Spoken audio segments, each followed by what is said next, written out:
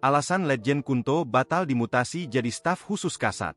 Mutasi 7 perwira TNI yang sebelumnya diatur berdasarkan keputusan Panglima TNI nomor Kep 5544 2025 tanggal 29 April 2025 batal dilaksanakan.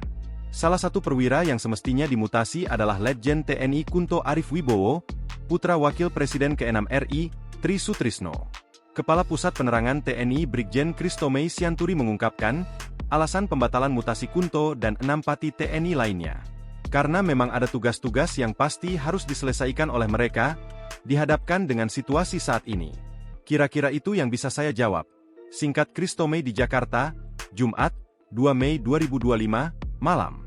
Sebelumnya, sejumlah pihak sempat mengaitkan mutasi Letjen Kunto dengan dukungan ayahnya, Tri Sutrisno bersama Forum Purnawirawan TNI Polri agar Gibran Rakabuming Raka dicopot dari jabatan Wakil Presiden RI. Tri Sutrisno sempat disebut sebagai salah satu purnawirawan TNI yang menandatangani dokumen dukungan pencopotan Gibran.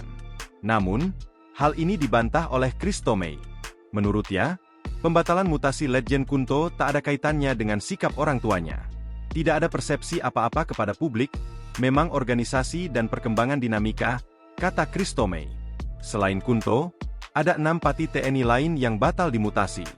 Mereka adalah Laksda TNI Hersan, Pangko Armada 3, dan Laksda Krisno Utomo, Pangkolin Lamil.